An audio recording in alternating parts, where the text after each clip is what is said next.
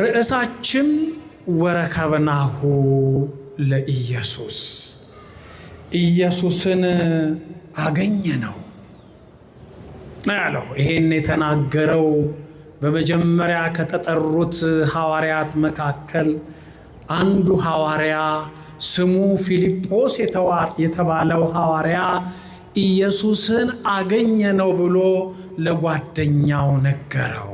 ስለ ኢየሱስ ሲያጠና የኖረ ፊልጶስ ለናትናኤል ለወዳጁ ለጓደኛው ኢየሱስን እኮ አገኘነው፣ ስናፈላልገው የነበረው በመጻሕፍት ሱባኤ ያዙለት አበው ነቢያት ትንቢት የተናገሩለት ሙሴ ስለ አዳኙ መምጣት ያወራለት ኢየሱስን አገኘነው ብሎ ለጓደኛው ነገረው።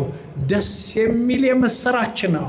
እኔና እናንተም ዛሬ እኮ መድኃኔ ዓለም የምንለው እኮ የድንግል ማርያም ልጅ ኢየሱስ ክርስቶስ እግዚአብሔር ወልድ ከድንግል ማርያም በሥጋ ተገልጦ እንዳዳነን ስለምናውቅ፣ እንደፈወሰን ስለምናውቅ፣ ከሲኦል ወደ ገነት እንዳስገባን ስለምናውቅ፣ እንደዳንን ስለምናውቅ መድኃኔ ዓለም ግቢ መጥተናል። ለምን? ኢየሱስን አግኝተነዋል። ክብር ምስጋና ለመድኃኔ ዓለም ይሁን። ማንን አግኝተናል? ኢየሱስን አግኝተናል። ይሄ ሁሉ ሕዝብ ነጠላ የለበሰው ጋቢ ያጣፋው ወጣቱ፣ ወጣቷ፣ እናቶች፣ አባቶች ዛሬ የተገኘነው እኮ እዚህ ኢየሱስን ስላገኘን ነው። አንዳንድ ሰዎች ኢየሱስ ክርስቶስን ያላገኘን መስሏቸው በየመንገዱ ይጨቀጭቁናል። ዝም በሏቸው። እኛ ማንን አግኝተናል? ኢየሱስን አግኝተናል። የማ ልጅ ነው? የድንግል ማርያም ልጅ ነው። የማ ልጅ ነው? የአብ አንድያ ልጅ፣ አባቱ የሚወደው አባቱ የሚያፈቅረው አንድያ ልጅ ነው። ስለዚህ እንደ ፊልጶስ እስኪ እቤታችሁ ስትመለሱ፣ መንገድ ላይ ሰው ስታገኙ፣ የራሳችሁን ጓደኛ ስታገኙ፣ የኢትዮጵያ ኦርቶዶክስ ተዋሕዶ ቤተክርስቲያን እኮ ኢየሱስን አግኝታለች። ያገኘችው ዓመተ ምሕረት ከተጋመሰ በኋላ አይደለም። ኢየሱስ ክርስቶስ የተወለደ ቀን የእኛ ንጉሥ፣ አንዱ ንጉሥ ኢትዮጵያውያንን ወክሎ ኢየሱስ ክርስቶስን አግኝቶ ሰግዷል። ክብር ምስጋና ለመድኃኔ ዓለም ይሁን። ሰግዷል። እኛን ከሌላ ዓለም የመጣ ያስተማረን ያሳመነን ሐዋርያ የለም። እግዚአብሔር ራሱ በመንፈስ ቅዱስ በመንፈሱ መርቶን ጌታ የተወለደ ቀን ዓመተ ምሕረት 1 ተብሎ የተቆጠረ ቀን ኢትዮጵያዊው ንጉሥ ከሰባ ሰገል አንዱ የሆነው ሄዶ ኢየሱስን ከእናቱ ጋር አግኝቶ ለኢየሱስ ሰገደለት። ክብር ምስጋና ለመድኃኔ ዓለም ይሁን። ሰገደለት። እዚህ ኢየሱስ ጋር ነው አሁን ያለ ነው። ይህንን ኢየሱስን ነው ፊልጶስ ዛሬ አገኘነው፣ አግኝተነዋል ያለው። የሚገርማችሁ ነገር እኛ ሕፃን ሆነን የዛሬ ሕፃናትን አላውቅም።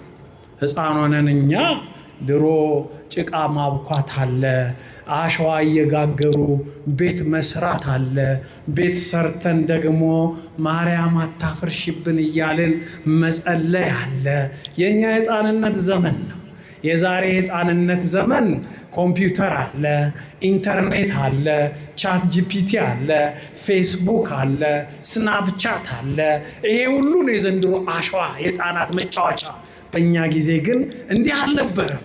መንገድ ላይም እኛ ሕፃናት ሆነን አብዛኛው እዚህ ውስጥ ያለው ማህበረሰብም ሕፃን ሆኖ ሳለ መንገድ ላይ ሳንቲም ያገኛል። የቆሸሸ ሳንቲም፣ ያረጀ ሳንቲም። ምንድን ነው የምንለው? ምናልባት እኔ የአዲስ አበባ ልጅ አይደለሁም። አዲስ አበባ ሌላ ባህል ካለው አላውቅም። እኔ ባደግኩበት አካባቢ ግን ሳንቲም ስናገኝ የነበረው ባህል የነበረው ትርክት ምን የሚል ነበር? ሳንቲሟን ቶሎ በእግር እርግጥ ማድረግ። ከዛስ አጠገብ ጓደኛ ካለ እንዳይካፈልክ ባትጋሩኝ ባትመራመሩኝ ማለት ነበረ። ይሄንን ብላችሁ እንዳደጋችሁ እርግጠኛ ለ50 ሳንቲም እኮ ነው ወይንም ለ25 ሳንቲም እኮ ነው። ጓደኛችን እንዲካፈለን አንፈልግም። በእግራችን የሳንቲሟን መልክ እንዳያውቅ፣ የገንዘቧን መልክ እንዳያውቅ። ደሞ ሳንቲሟ እኮ አርጅታለች፣ ሻክታለች፣ ዝጋለች። በእግራችን እርግጥ ወይንም በእጃችን ጭብጥ። ባትጋሩኝ ባትመራመሩኝ ነው የምንለው። አያችሁ፣ ራስ ወዳዶች ነን። ለሰው ማካፈል አንፈልግም። ድንገት ያገኘነውን በላባችን ወዝ ያገኘነውን እኮ አይደለም፣ ሰርተን ያገኘነውን እኮ አይደለም፣ መንገድ ላይ የወደቀውን ባትጋሩኝ ባትመራመሩኝ ብለን ያደግነው መባል አልነበረበትም። ያውም እኮ ያ ሳንቲም አርጅቷል አይደለ? ያንን ሳንቲም እኮ ገና አዲስ አድርጎ በእጅ አሽቶ በውሃ አጥቦ በጋዝ አለስልሶ ወደ ሳንቲምነት መመለስ ጊዜ ይፈጃል።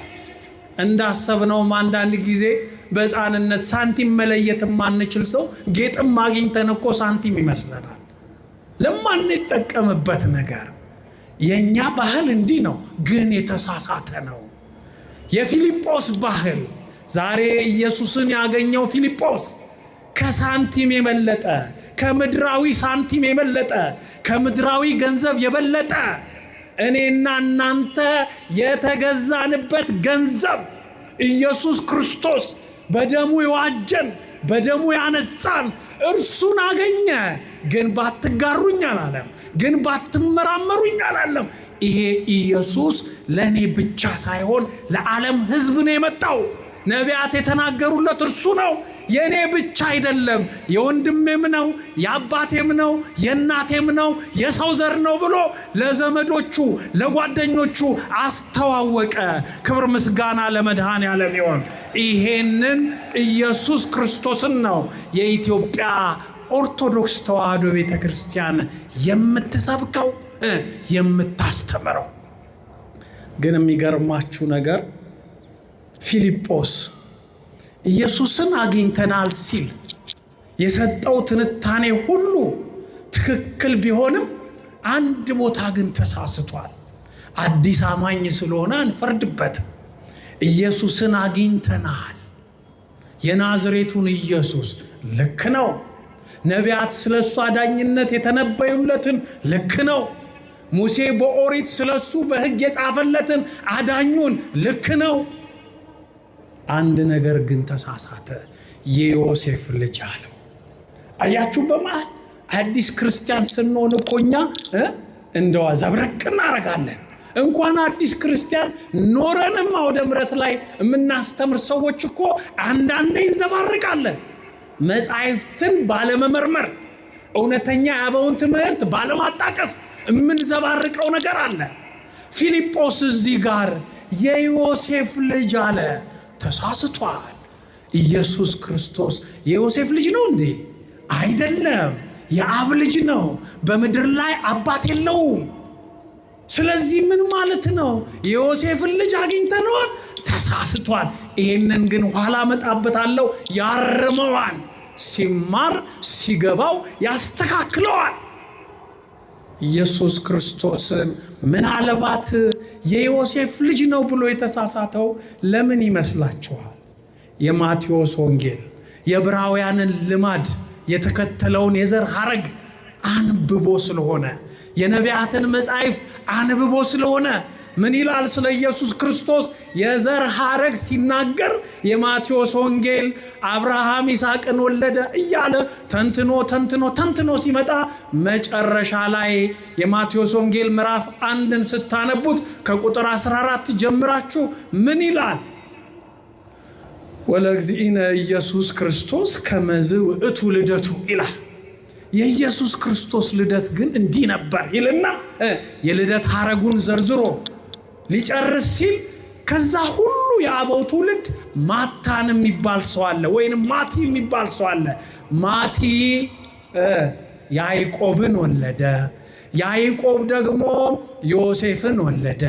ዮሴፍ ደግሞ የኢየሱስ ክርስቶስ እናት የድንግል ማርያም ጠባቂ ነበር። ሳይገናኙ ከመንፈስ ቅዱስ ጸንሳ ተገኘች ይላል። እዚህ ላይ ዮሴፍን መጠራት አይቶ ምናልባት ዮሴፍ የትውልድ ሐረግ ውስጥ መግባቱን አይቶ ፊልጶስ በአይሁድ ልማድ በዕብራውያን ልማድ ዮሴፍ እኮ የኢየሱስ አባት ነው፣ ይሄው እዚህ ትውልድ ሐረጉ ላይ ብሎ ተሳስቶ ይሆናል። ማቴዎስ ግን ለማለት የፈለገው ዮሴፍ የኢየሱስ አባት ነው ለማለት አይደለም የጻፈው። እንደውም ዮሴፍ አባት አለመሆኑን ሲያፈርስ ማቴዎስ ሲጽፍ ለዕብራውያን ሲጽፍላቸው አብርሃም ይስሐቅን ወለደ፣ ይስሐቅ ያዕቆብን ወለደ፣ ያዕቆብ ይሁዳንና 11ዱን ነገደ እስራኤል ወለደ እያለ ሲተነትን እገሌ እገሌን ወለደ እያለ ይሄንን አፈረሰና ነገር ግን አለ ወከመዝ ውእቱ ልደቱ ለእግዚእነ ኢየሱስ ክርስቶስ የኢየሱስ ክርስቶስ ልደት ግን አፍራሽ አይደለም። እንደዚህ አይደለም። እገሌ እገሌን ወለደ በሚል አይደለም። በስጋ እናቱ ከሆነችው ከድንግል ማርያም ያለ ወንድ ዘር ያለ ዮሴፍ ያለ እገሌ ተጸነሰ? ኢየሱስ ክርስቶስ ተጸነሰ። ክብር ምስጋና ለመድኃኔዓለም ይሁን። ታዲያ የሚገርማችሁ ነገር የሉቃስ ወንጌልን ደግሞ ስናነበው ምዕራፍ 3 ከቁጥር 23 ጀምረን ስናነበው እዛ ላይ ያለው የኢየሱስ ክርስቶስ የልደት ሐረግ ደግሞ ለየት ያለ ነው። ምንም ቢል ነው የማቴዎስን ነግሬያችኋለሁ። ያው ማስታወሻ አትይዙ ኢትዮጵያውያን ስለሆናችሁ በቃላችሁ ነው የምትማሩት አይደል? የማቴዎስ ወንጌል ላይ ማታን ወይንም ማቴ የተባለው ማንን ወለደ አልኳችሁ? ያዕቆብን። ያዕቆብ ማንን ወለደ አልኳችሁ? ዮሴፍን አይደል? የሉቃስ ወንጌል ምዕራፍ 3 ከቁጥር 23 ግን ሌላ ነው። የልደት ሐረጉን ሲተርክ ማቲ ወይንም ማታን ማንን ወለደ ይላል? ኤሊን ወለደ። የሰማችሁ ነው ይላል። የዘር ሐረጉ ሌላ ነው። ስለዚህ ያኛው የሉቃስ ወንጌል ደማዊ የዘር ሐረግን የሚተነትን ስለሆነ ደማዊ የዘር ሐረግን የጻፈ ነው። በማቴዎስ ወንጌል ትርጓሜ የሚሆን በሉቃስ ወንጌል ትርጓሜ የሚሆን የትኛውን ቦታ ላይ ዮሴፍ የኢየሱስ ክርስቶስ አባት አይደለም። ታዲያ ለምንድን ነው ማቴዎስ የማታን ልጅ ያዕቆብ የያዕቆብ ልጅ ዮሴፍ ብሎ የጻፈው? የብሉይ ኪዳንን ቴዎሎጂ ትምህርተ መለኮት ለመተርጎም ስለ ዮሴፍ ያውቃል በብሉይ ኪዳን፣ ስለ ያዕቆብ ያውቃል በብሉይ ኪዳን ወንጌላዊው ማቴዎስ ለዕብራውያን የሚጽፍላቸው። ስለዚህ የብሉይ ኪዳኑ ያዕቆብ የያዕቆብ ልጅ ደግሞ ዮሴፍ እነሱ ተሰደው በግብፅ ኖረው በረሃብ ዘመን ሕይወታቸውን እንዳተረፉ እህል እንዳገኙ እንደተመገቡ ያንን ታሪክ ያውቃል። ያ ምድራዊ ረሃብን ያስወገደው ሰማያዊ ረሃባችንን የነፍስ ረሃባችንን የሚያስወግድ ሌላ ያዕቆብ፣ ሰማያዊ ረሃባችንን የነፍስ ኃጢአታችንን የሚያስተሰርይ ሌላ ዮሴፍ አሁን እዚህ ያለ ማንን ያቀፈ ማንን የሚያሳድግ ኢየሱስ ክርስቶስን ይሄንን ለማስተማር ነው ማቴዎስ ዮሴፍ ብሎ የጠራው ስሙን። ክብር ምስጋና ለመድኃኔዓለም ይሁን። የብሉይ ኪዳኑ ዮሴፍ በብሉይ ኪዳን የምናውቀው ዮሴፍ የያዕቆብ ልጅ ዮሴፍ ወንድሞቹ በቅናት ተነሳስተው ለምን የተለየ ልብስ ለበሰ? ለምን አባታችን ከኛ በላይ ወደደው? ለምን አፈቀረው? እኛ ወንድሞቹ ነን። ደግሞ ሕልም አየው ይላል፣ ደግሞ ስገዱልኝ ይላል፣ ደግሞ በእኛ ላይ ካልነገስኩ ይላል ብለው የራሱ ወንድሞች ቀንተውበት የብሉይ ኪዳኑን ዮሴፍ ሸጡት። መሸጥ ብቻ አይደለም፣ ጉድጓድ ውስጥ ጣሉት። ከጣሉት በኋላ እስማኤላውያን ግብፃውያን በ20 ብር ገዝተው አገራቸው ወሰዱት። ማንን? ዮሴፍን። የብሉይ ኪዳኑን ዮሴፍ፣ የእመቤታችን ጠባቂ የሆነውን ዮሴፍ እመጣበታለሁ። ማቴዎስ ይህንን የብሉይ ኪዳኑን ዮሴፍና የእመቤታችንን ጠባቂ ዮሴፍ እያነጻጸረ ስለጻፈ ነው ዮሴፍን ታሪክ እዛ ጋር ያስገባው። እንደ እውነታው ከሆነ ዮሴፍ የእመቤታችን አጎት ነው። ክብር ምስጋና ለመድኃኔዓለም ይሁን። ታዲያ ቀንተው የብሉይ ኪዳኑን ዮሴፍ ጉድጓድ ውስጥ ጨመሩት። ብሉይ ኪዳን ላይ ስለ ዮሴፍ ስናነሳ የሚገርማችሁ ነገር እንደው ምስላዊ ምስል ከስቶ የአዲስ ኪዳን ላይ ያለውን የኢየሱስ ክርስቶስ አዳኝነትን ፍንተው ብልጭ አድርጎ የሚያሳይ ታሪክ ነው። ዮሴፍ ላይ ወንድሞቹ ቀኑበት። ሮቤል የተባለው ታላቅ ወንድሙ አንግደለው፣ ከምንገለው ጉድጓድ ውስጥ እንጨምረው አለ። ሌላኛው ወንድማቸው የብሉይ ኪዳኑ ይሁዳ የሚባለው ወንድማቸው፣ ያው በአዲስ ኪዳንም ይሁዳ አለ። እሱ ግን ምን አለ? ከምንገለው እንሽጠው አለ። ወንድማቸው ዮሴፍን ሸጡት። ለምንድን ነው የሸጡት? የተለየ ልብስ ስላረገ። ለምንድን ነው የሸጡት? በመሃላችን ስልጣን ያገኛል ብለው ስላሰቡ። ወገኖቼ አያችሁ ሰዎች ለምን እንደሚመቀኙ። ወደ ጎረቤት አትይ፣ ወደ ዘመድ አዝማዶች ርቃ አትይ፣ ወደ ሰፈር ወደ መንደር አትይ። ራስ ቤት እናትህ አባትህ የወለዷቸው ወንድሞች ይቀኑብሃል እኮ። አይጣል ነው። ደሞዝህ ከፍ ሲል ስልጣን ቢኖርህ ጠላት ከሩቅ አይመጣም። ወንድምህ እኮ ነው ጠላትም የሆነው። ለምን? በእኔ ላይ እንዴት ስልጣን ይኖረዋል? ለምን ከላይ የተለየ ልብስ ይለብሳል? የዮሴፍ እኮ የራስ ወንድሞች ለምን ዥንጉርጉር ልብስ ለበሰ? ለምን አባታችን ያዕቆብ ከኛ ይልቅ እሱን ወደደው? በየቤተሰባችን እኮ ወንድማማችና እህትማማቾች ይጣላሉ። አንዳንድ ቤት ደግሞ አጉል ባህል አለ። እንደው የሚባል ነገር አለ። ሴት ልጅ አባቷን ነው የምትወደው፣ ወንድ ልጅ ደግሞ እናቱን ነው የሚወደው የሚባል አጉል የፈሪሳውያን እርሾ አለ። ምን ማለት ነው ይሄ? ወንድም ሴትም ለቤተሰቦቹ ምንድነው? ልጅ እኮ ነው አይደል እንዴ? ይሄ መከፋፈል፣ ቤት ውስጥ መከፋፈል አለ። የኛ እንኳን መከፋፈል ጥቅማችንን አይተን ነው እንደየጥቅማችን ነው። እናቶች የሚጦራቸውን ልጅ ይወዳሉ፣ የማይጦራቸውን አይፈልጉትም። ይፈልጉታል። ቡና የማይገዛላቸውን አይፈልጉትም። በወር ገንዘብ የማይሰጣቸውን አይፈልጉትም። ልጅነት እኮ ከጥቅም ጋር እኮ አያያዝም። ቤተሰብነት እኮ ከጥቅም ጋር አያያዝም። የዮሴፍ ወንድሞች ምንም አላረጋቸውም። የዋሁን ዮሴፍን ሸጡት እንዳይነግስባቸው። እግዚአብሔር ግን ከቀባ፣ እግዚአብሔር ከመረጠ፣ እግዚአብሔር ካለበሰ ማንም ቢገፋ አንተ ሹመኛ ነህ። ክብር ምስጋና ለመድኃኔዓለም ይሁን።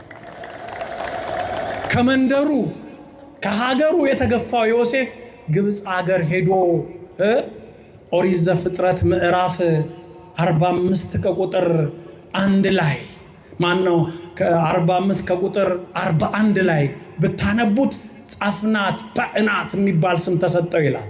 ጸፍናት ፐዕናት ማለት ምን ማለት ነው? ለዮሴፍ የተሰጠው ስም በግብፅ ሀገር የግብፅ አጼው ፈርዖን ይባላል። በእኛ ሀገር አጼ ማለት ነው ፈርዖን ማለት። ጲጥፋራ ማለት ደግሞ በግብፅ ሀገር ቋንቋ እጨጌ ማለት ነው። የቤተ ክህነትን፣ የክህነትን፣ የጸሎትን፣ የሥርዓት አምልኮ ጉዳይን የሚያማክረው ጲጥፋራ ይባላል። ዮሴፍ ባለሟልነት አገኘ። ግብፅ ሄዶ ወንድሞቹ በራሳቸው ላይ እንዳይሰለጥንባቸው ስልጣን እንዳያገኝባቸው ያደረጉት ወንድማቸው ግብፅ ሄዶ ተሾመ። ምን ተብሎ ተሾመ? የዓለም አዳኝ አንተነ፣ ጥሩ አማካሪ ነህ ተብሎ ጸፍናት ፐዕናት ማለት ሲተረጎም መድኃኔዓለም ማለት ነው። ክብር ምስጋና ለመድኃኔዓለም ይሁን። ዮሴፍ የተሰጠው ስም በግሪክኛ ማን ነው? በግብፅ ቋንቋ የተሰጠው ስም ጸፍናት ፐዕናት የሚለው ስም በቋንቋቸው የዓለም አዳኝ፣ ግብፃውያንን ከረሃብ የምታድን፣ ዕብራውያንን ዘመዶችን ከረሃብ የምታድን፣ ሁሉን አስቀድመ ያወቅ፣ የጥጋብ ዘመንን የለየ፣ የረሃብ ዘመንን የለየ፣ በረሃብ ዘመን በኮተራ ምግብ ያዘጋጀ ነው ማ ዮሴፍ። አበው ይህን ሲተረጉሙት ምን ይላሉ? ዘምስለ ዮሴፍ ተሰይጠ ከመ ይስፍር ሲሳየ ለሕዝብ። ኢየሱስ ክርስቶስ እኮ ነው ከዮሴፍ ጋር የተሸጠው፣ ወደ ግብፅ የወረደው። በብሉይ ኪዳን ለዕብራውያን ስንዴ ያዘጋጀው ማን ነው? ዮሴፍ ነው። በዛ ተሹሟል። ከእጨጌው አጠገብ ጸፍናት በእናት ተብሎ በዘመናዊ ቋንቋ የግብፅ አገር መሪ ጠቅላይ ሚኒስትር ማን ሆነ? ዮሴፍ። በዮሴፍ ላይ ያደረው ማን ነው? እግዚአብሔር። ክብር ምስጋና ለመድኃኔዓለም ይሁን። አያችሁ፣ ታዲያ ዮሴፍ ተሹሞ የሸጡት ጉድጓድ ውስጥ የከተቱት ወንድሞቹ ርቧቸው መጡ። እሱ በቀለኛ አይደለም። ባወቁት ጊዜ አልቅሰው ይቅርታ ጠየቁት። ያን ጊዜ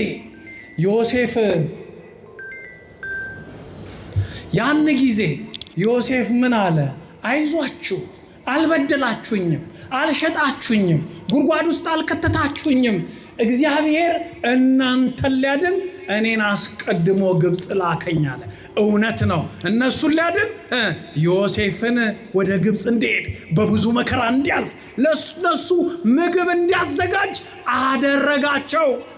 አደረገው እግዚአብሔር። እሱን ማንን? ዮሴፍን አዳኛቸው አደረገ። ወገኖቼ አሁን እኔ ስለ ዮሴፍ ልተርክላችሁ አይደለም።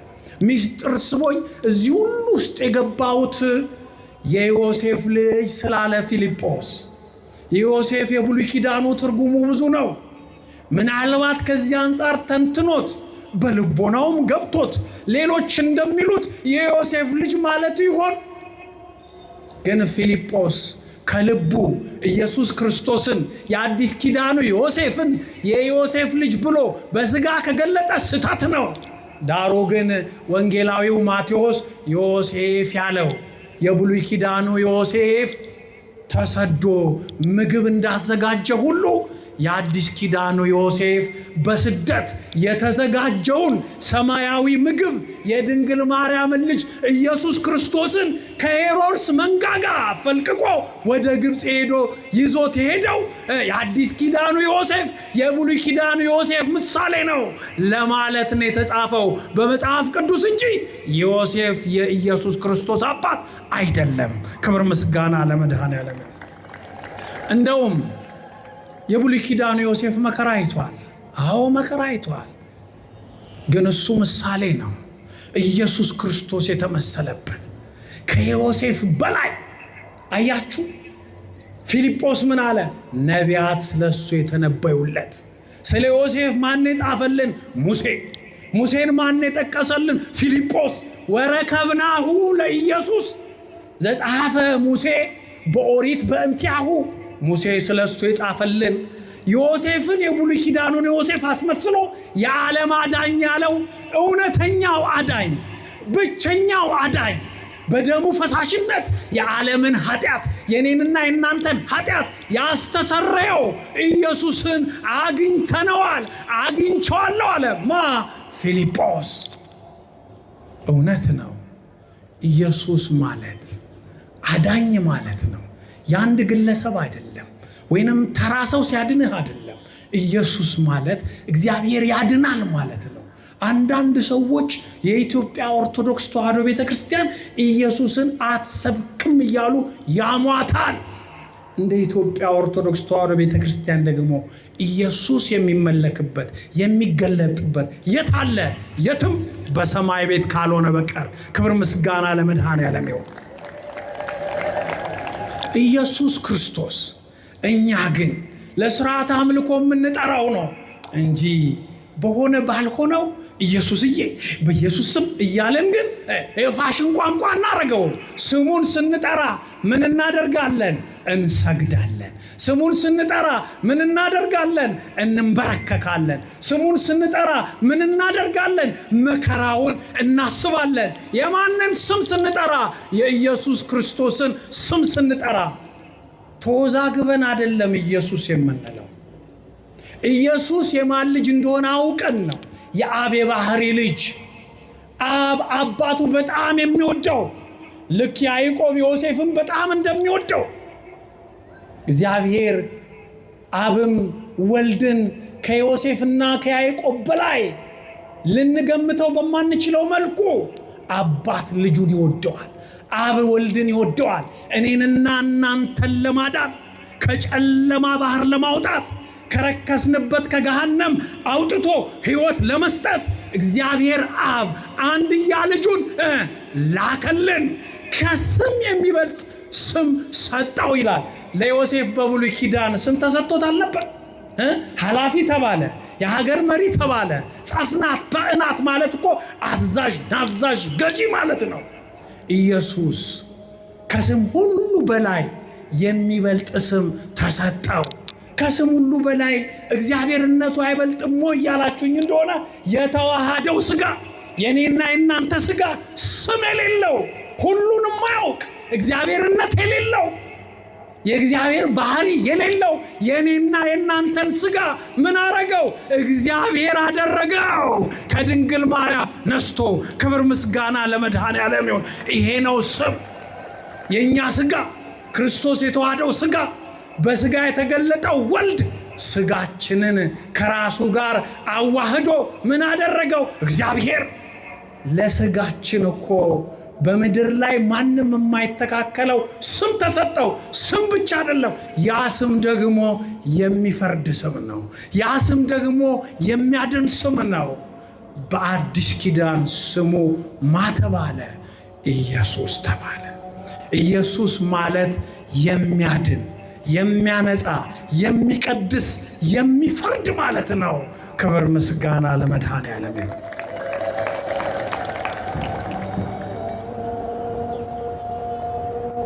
የሚገርመው ነገር ኦሪት ዘፍጥረት ምዕራፍ 48 ከቁጥር 19 ላይ ስናነበው ምን ይላል? ሙሴ ሲናገር ጌታ ሆይ መድኃኒትህን ላክልን። ምንህን ላክልን? እሺ፣ ሁላችሁም ብድግ ብላችሁ አባታችንን ተቀበሉ።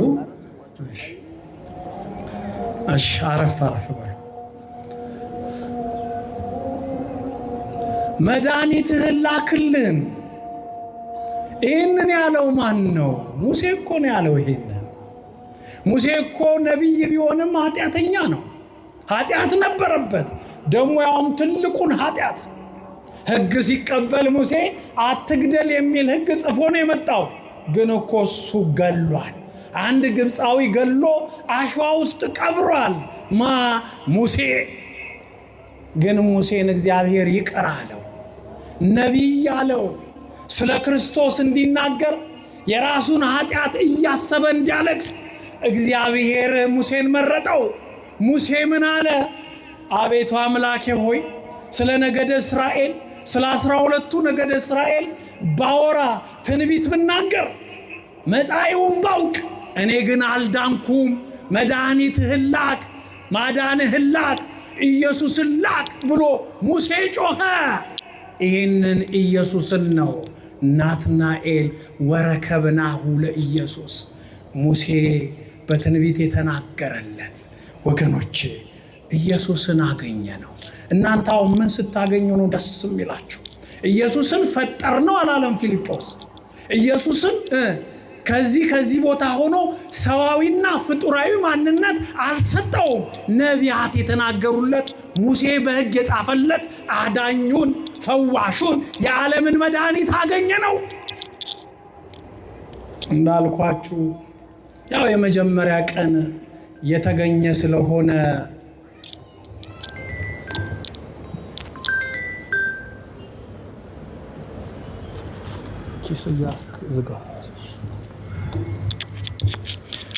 ያው ፊልጶስ የመጀመሪያ ቀን ስለተከተለ እንደምታዩት በአካባቢያችንም እንዳሉ የመንገድ ሰባኪያን እንደ እውቀትን በደንብ አላደላደለም። በየመንገዱ ኢየሱስን ተቀበሉ የሚሉን ሰዎች ታያላችሁ አይደል? ልክ ሁሉን የሚያውቁት ነው የሚመስለው እኮ። እንደ ፊልጶስ ያሉ ናቸው። የዮሴፍ ልጅ ኢየሱስን አገኘ ነው አይባልም። እርሱ ግን በኋላ ራሱን አርሟል። መንገድ ላይ ኢየሱስን ተቀበል የሚልህ ሰው አይተኸው ከሆነ ኢየሱስ ማን ነው ብለህ አንገቱን ብትይዘው ነቢይ ነው፣ ፍጡር ነው፣ አልመሲሁ ኢሳ ነው የሚል። ግን ኢየሱስ ነቢይ አይደለም። ኢየሱስ ፍጡር አይደለም። ኢየሱስ አልመሲሁ ኢሳ አይደለም። ኢየሱስ የእግዚአብሔር ልጅ እኔንና እናንተን ያዳነን ነው። ክብር ምስጋና ለመድኃኔዓለም ይሁን። ኢየሱስ እግዚአብሔር ነው፣ ያዳነን እግዚአብሔር፣ በሥጋ የተገለጠ እግዚአብሔር፣ ከሦስቱ አካላት አንዱ አካል የሆነው እኔንና እናንተን ለማዳን በሥጋ ከሰማያት ሰማያት ወርዶ ከድንግል ማርያም ከሥጋዋ ሥጋ ከነፍሷ ነፍስ ነስቶ በአጭር ቁመት በጠባብ ደረት የተወሰነው እኔና እናንተን ሊያድን ነው። ወገኖቼ ይህንን ስናገር አንድ ነገር ትዝ አለኝ። ሲመስለኝ በ2002 ዓመተ ምህረት ይመስለኛል በኢትዮጵያ አቆጣጠር ለመንፈሳዊ አገልግሎትና ለሌላም ለጥናትና ምርምር ወደ አውሮፓ ሀገር ሄጄ ነበር። እዚህ ሀገር እንደምታዩት በየመንገዱ ያለው ሰባኪ፣ በየታክሲ ተራ በየፌርማታው ያለው ሰባኪ እኛ ሀገር ብቻ ያለ ይመስለኝ ነበር። ለካ ፈረንጅም እንደዛ ያደርጋል። ለካ ፈረንጅም አብዷል። እዛ ሀገር ጀርመን የሚባል ሀገር ወይንም ደግሞ ኦስትሪያ ቬና የምትባል ዋና ከተማዋ ላይ እኔ እዛ ኪዳነ ምህረት ቤተክርስቲያን አለች፣ የኢትዮጵያ ኦርቶዶክስ ተዋሕዶ ቤተክርስቲያን ናት። እዛ አገለግላለሁ። አንድ ዕለተ እሁድ አስቀድሼ አገልግዬ እንደዚህ እንደምታዩት በአማርኛ ሳይሆን በፈረንጆቹ ማፍ እናገለግላለን። ታዲያ ከቤተ ክርስቲያን ወጥተን አብረውኝ ከነበሩ ሰዎች ጋር በዕለተ እሁድ ጉዟችንን ወደ ቤተ ክርስቲያን ወደ ቤታችን ስናረግ መንገድ ላይ ረጅም ቀይ መልከ መልካም በእነሱ ሀገር ስም አጠራሩ ፓስተር የተባለ ሰው ይሰብካል በፈረንጅ አፍ። የእሱን ስብከት ላዳምጥ ፈልጌ አይደለም። መንገድ ላይ እኮ ነው ይሄ ሞንታርቦ ስፒከሩ ተዘርግቶ። ደግሞ የፈረንጅ ሀገር ዘማሪያን ብታያቸው በዛ ላይ ቀይ ናቸው። አለባበሳቸው እንደኛ ሀገር ነጠላ የለበሱ አይደለም። የኛ ሀገር አትሌቶች ሲሮጡ የሚለብሱትን ልብስ ታውቃላችሁ? እንዲህ አይነት ነገር የለበሱ ናቸው። ግን ሙዚቀኞች ናቸው።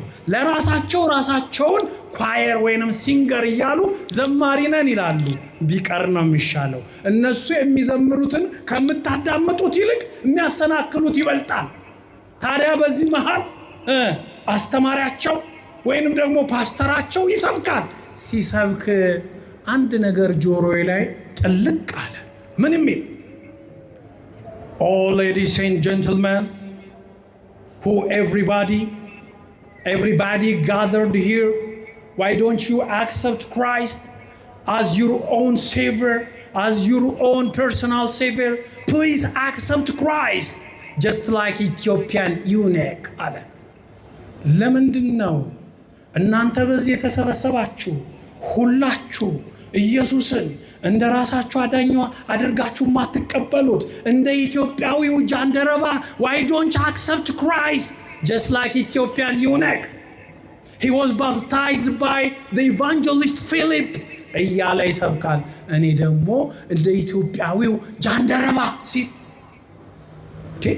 ኢትዮጵያ የሚለውን ስም ሲጠራ እውነቴን ነው የምላችሁ አመዴ ቡን ነው ያለው። ዘሪውን ብሎ የጠራኝ ነው መሰለኝ። የዛ ሀገር እንደ ራስ ስም ነው ትዝ የሚለው። ከዛስ በኋላ አሬ ሰውዬ ምንድን ነው የሚለው? የሀገራችንን ስም በከንቱ እየጠራ ነው። ለምን ጠጋ ብዬ አላዳምጠው? እስኪ ላዳምጠው ብዬ ጠጋ ስል አየኛ። ሲያይም ምን ቢል ጥሩ ነው? ኦ ዌልካም ዩ ብላክ ማን ፕሊዝ ጊቭ ሂም ዋን ክላፕ ብሎ አስጨበጨበብኝ። ገና ሳልቀርብ ወደዛ ኧረ አንተ ጥቁር ሰውዬ እንኳን ደህና መጣህ አለ። አሁን ማን ይሙት እኔ ጥቁር ነኝ? እኔ ለራሴ የሰጠሁት ቀይ ነኝ ብዬ ነበር እዚህ ሀገር። እዛ ግን እውነቱን ነው። ሰውየው መካከላቸው ስቆም ለካ ባልጩት ነው የምመስለው። ዞር ስል ባልጩት ነው የምመስለው። ዝም አልኩ። ከዛስ በኋላ ዩ ብላክ ማን አለ። Do you know the history of Ethiopian eunuch who going to worship God to Jerusalem and come back to wards of Gaza and to preach the gospel to African and Ethiopians? አለ። ስለ ጃንደረባው ሰውዬ ስለ ኢትዮጵያዊ ጃንደረባ ታውቃለህ? እሱ ወደ ኢየሩሳሌም ሄዶ ሰግዶ ሲመለስ ለኢትዮጵያውያንና ለአፍሪካውያን he was preaching a gospel ወንጌልን እየሰበከ የነበረው እሱ እንደሆነ ታውቃለህ። ዝም። እኔ I kept silent። ዝም። ቢጨቀጭቀኝ ዝም። ከዛ ከሰው መሃል አቋርጦ መጣጁ ምን እንደሚያክል ልነግራችሁ አልችልም። አይጣል በሱ እጅ ቢያርፍብኝ እኔ እንደው እዛው ጭምቅ ምን ነው ትልቅ ነው ሰውየው። ከዛ ሊይዘኝ ሲል በሆዴ አረ ወደዛ አልኩት ማለት ነው። በአፌ አይደለም በሆዴ ነው። ከዛስ በኋላ ደነገጠና ሰውየው ምን እንዳለኝ ታውቃላችሁ? Oh, I'm sorry. May I know your name please? ስምን ልትነግረኝ ትችላለህ? ላውቀው እችላለሁ አለኝ። ዝም አልኩት። ከዛሽ I'm sorry አለኝ። By the way, where are you from? Where did you came from? ከየት ነው የመጣኸው? ከየት ነው የመጣኸው? አገር የት ነው ሲለኝ አገሬን ሰምቼ አይደል ጠጋ ያልኩት። እዚህ ጋር አላስቻለኝም። I am from Ethiopia አልኩት። ደነገጠ። ድርሳነ ሚካኤል እንደተደገመበት ሰይጣን እንደያዘው ሰው አለ ፈረንጁ። ምን አለ? Oh my goodness, I'm sorry to call this guy black man. He is a white in his heart. በጣም ነው ማዝነው ይሄንን ሰውዬ ጥቁር ብዬ በመጥራቴ ለካ ልቡ ነጭ ነው አለ። ኧረ እኔስ ልቤ ነጭ አይደለም። ከዛስ ምን አለ? I'm sorry, I should confess my mistake. It is impossible to teach Greek philosophy. It is impossible to teach American civilization. It is impossible to teach Israel intelligence. It is impossible to teach Ethiopian religion. አለና አንድ ያስጨበጨበብኝ። ምን ማለት ነው? ይቅርታ አድርግልኝ፣ ኃጢአቴን ልናዘዝ። ይሄ እኮ አይቻልም። ግሪኮችን ፍልስፍና አስተምራለሁ ማለት አይቻልም። አሜሪካኖችን ስልጣኔ አስተምራለሁ ማለት አይቻልም። እስራኤላውያንን የመረጃ ሳይንስ አስተምራለሁ ማለት አይቻልም። እንደዚሁ ኢትዮጵያውያንን ሃይማኖት አስተምራለሁ ማለት አይቻልም። ይቅርታ አድርግልኝ። you have known Christ። እናንተ እኮ ኢየሱስን ታውቃላችሁ አለኝ። እውነት ነው፣ እኛ ኢየሱስን እናውቃለን። ክብር ምስጋና ለመድኃኔዓለም። በዚህ ብቻ አላበቃ።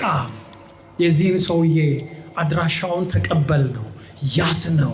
ከዛስ በኋላ ኦስትሪያ ቬና ኪዳነ ምሕረት ተመላልሶ ተምሮ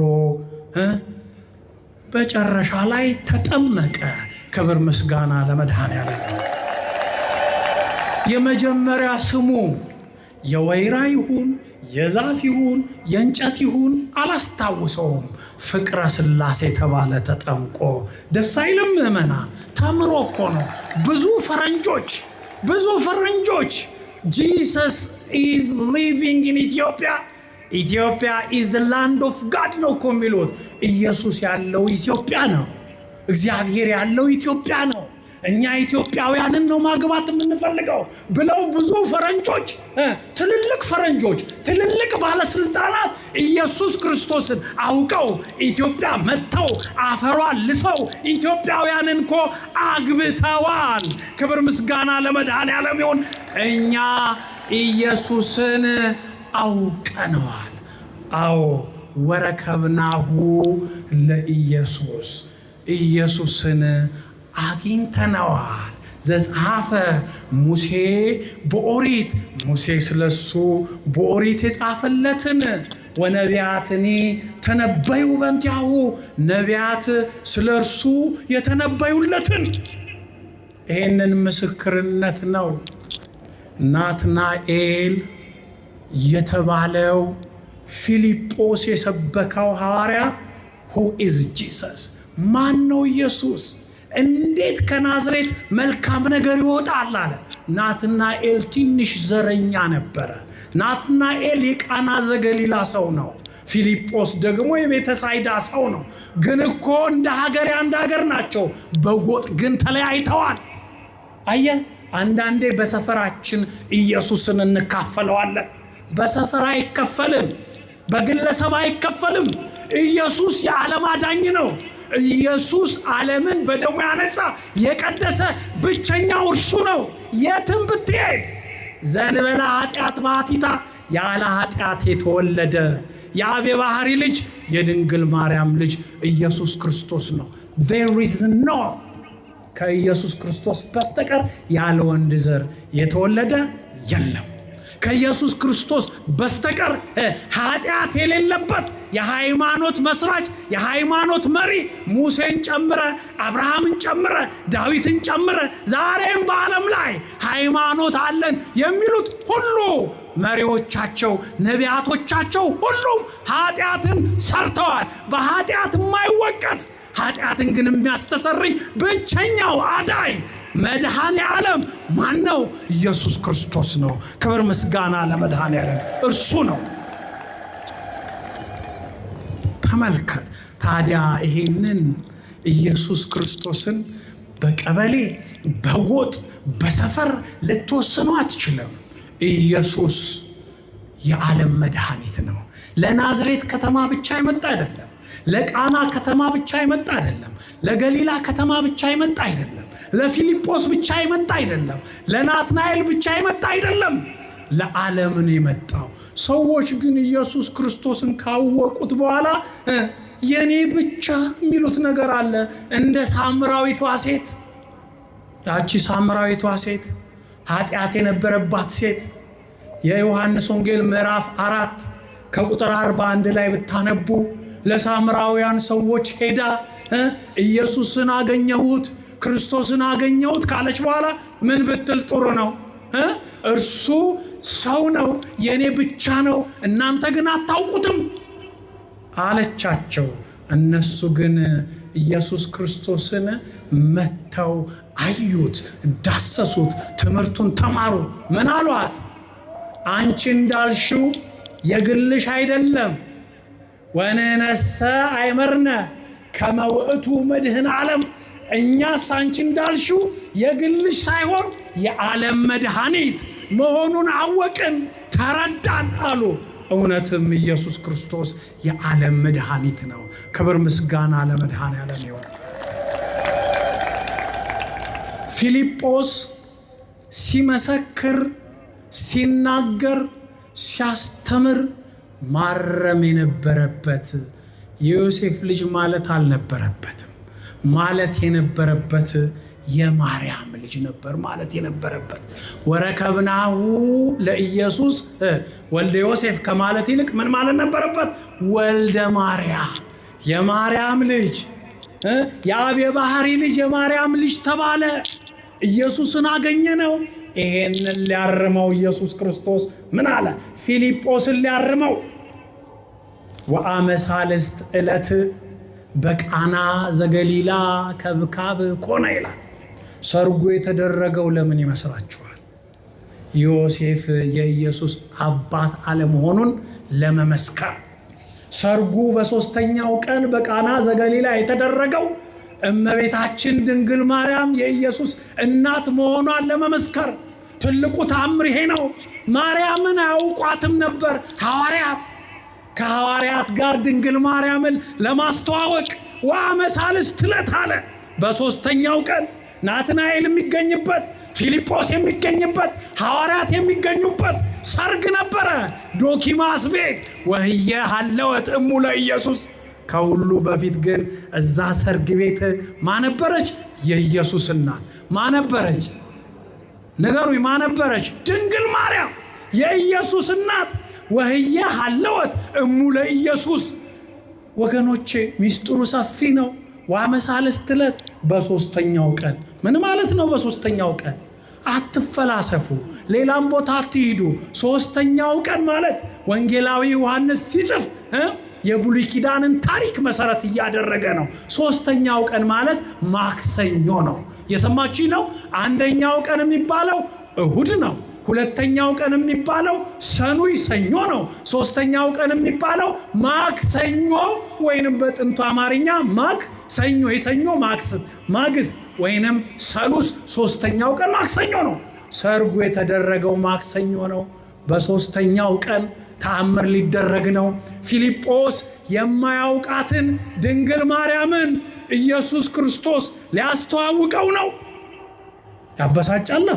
ያበሳጫል እኮ ያስቆጣል እኮ የዮሴፍ ልጅ ሲለው፣ ኧረ ተው ና እናቴን አስተዋውቅሃለሁ ሰርግ ላይ አባቴን አስተዋውቅሃለሁ። ሰርግ ላይ የኢየሱስ አባት ሰማያዊ ነው፣ አብ ነው። እናቱ ግን ምድራዊ ናት። በምድር እናት አለው፣ ከዘርአ ብእሲ ግን አባት የለውም። በቃና ዘገሊላ ሰርግ ላይ የቃና ሰዎችም አንድ ላይ ናቸው። የቤተ ሳይዳ ሰዎችም አንድ ላይ ናቸው።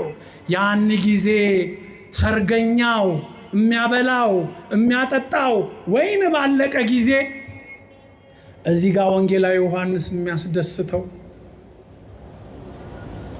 ለፊልጶስ መሰናክል የሆነውን ለናትናኤል መሰናክል የሆነውን ዮሴፍን አልጠቀሰው።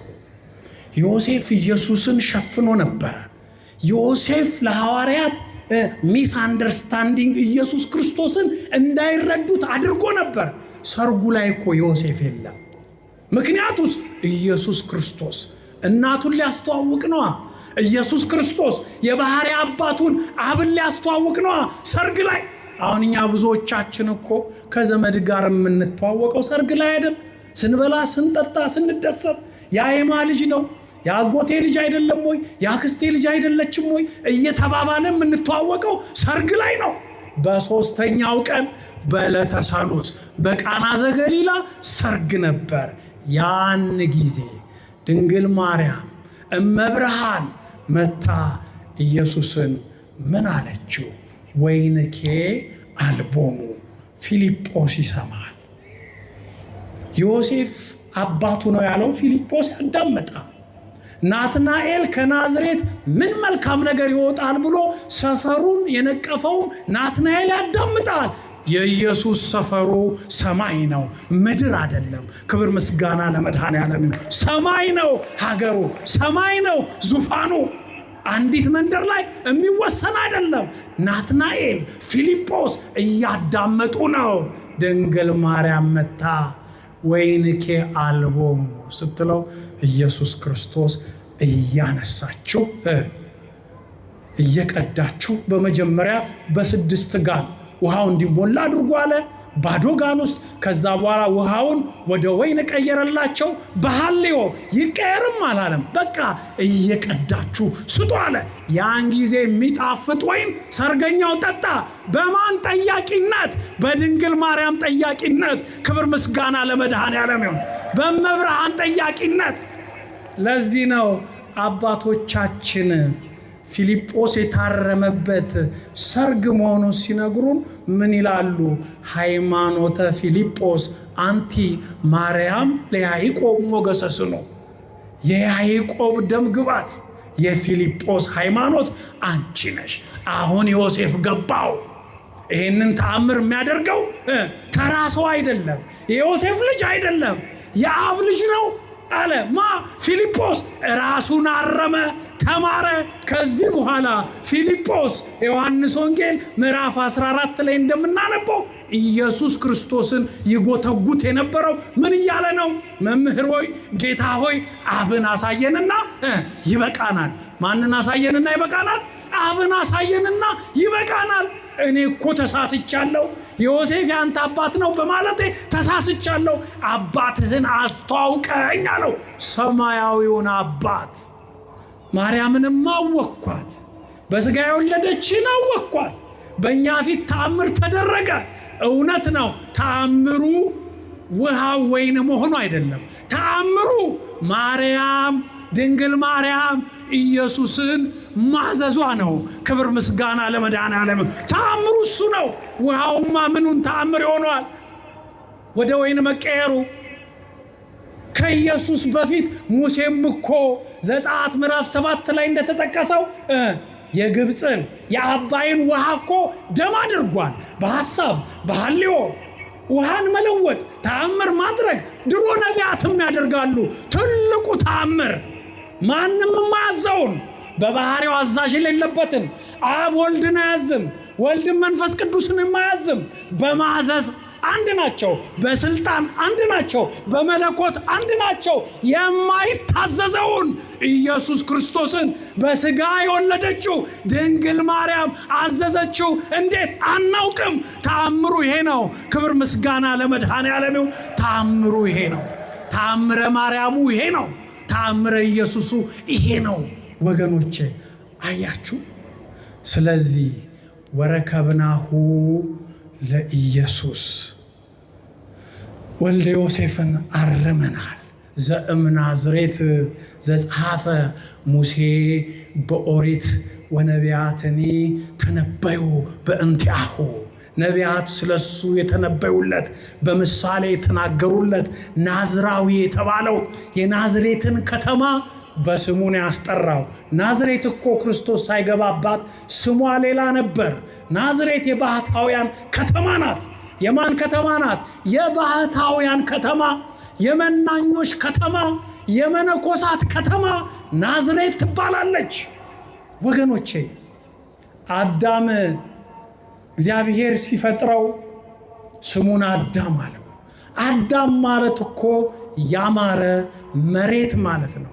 በአዳም ስም ምክንያት ኤደን ገነትም አዳም ተባለች፣ ኤዶም ትባላለች። የዳይሌክት የዘዬ ልዩነት ነው። ኤደን ገነት መጠሪያዋ ስሟ በአዳም ያገኘችው ኤዶም ትባላለች። የሚኖርባት አዳም ነዋ።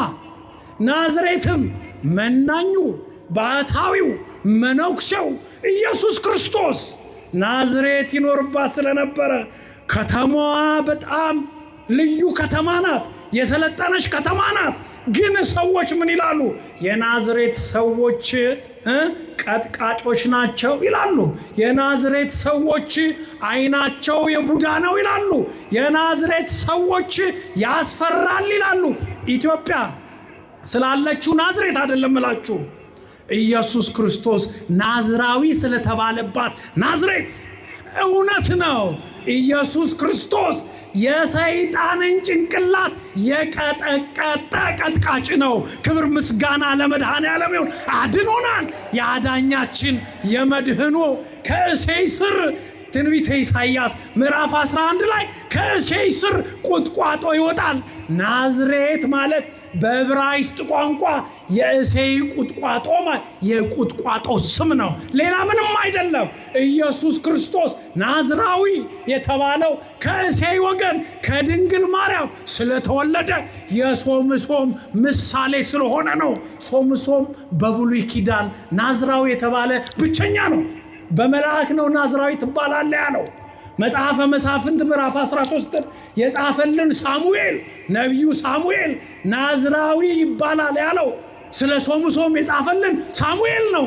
ይህንን ይዞ ነው ወንጌላዊ ማቴዎስ የማቴዎስ ወንጌል ምዕራፍ 2 ላይ ኢየሱስ ከስደት ሲመለስ በሕፃንነቱ የተሰደደ የኔና የናንተ ምግብ የህይወት ምግብ የህይወት መጠጥ ኢየሱስ ክርስቶስ ከግብፅ ሲመለስ ሊገሉት የሚፈልጉት ስላሉ ወደ ናዝሬት ገባ።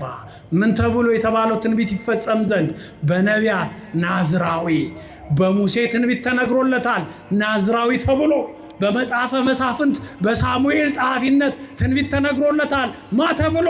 ናዝራዊ ተብሎ። ማ? ኢየሱስ ክርስቶስ። ናዝራዊ ማለት አዳኝ ማለት ነው። የቀበሌ ስም አይደለም፣ የወገን ስም አይደለም፣ የዜግነት ስም አይደለም። የእባቡን ራስ የቀጠቀጠ የድንግል ማርያም ልጅ የስሙ መጠሪያ ነው። ሶምሶን በምድር ላይ በሞቱ ፍልስጤማውያንን ገሏል፣ አጥፍቷል። ኢየሱስ ክርስቶስ ግን በሞቱ ዓለምን አድኗል፣ አጋንንትን አሳፍሯል፣ ሲኦልን መዝብሯል። ክብር ምስጋና ለመድኃኔዓለም ይሁን። ወስብሐት ለእግዚአብሔር ወለወላዲቱ ድንግል ወለመስቀሉ ክቡር አሜን።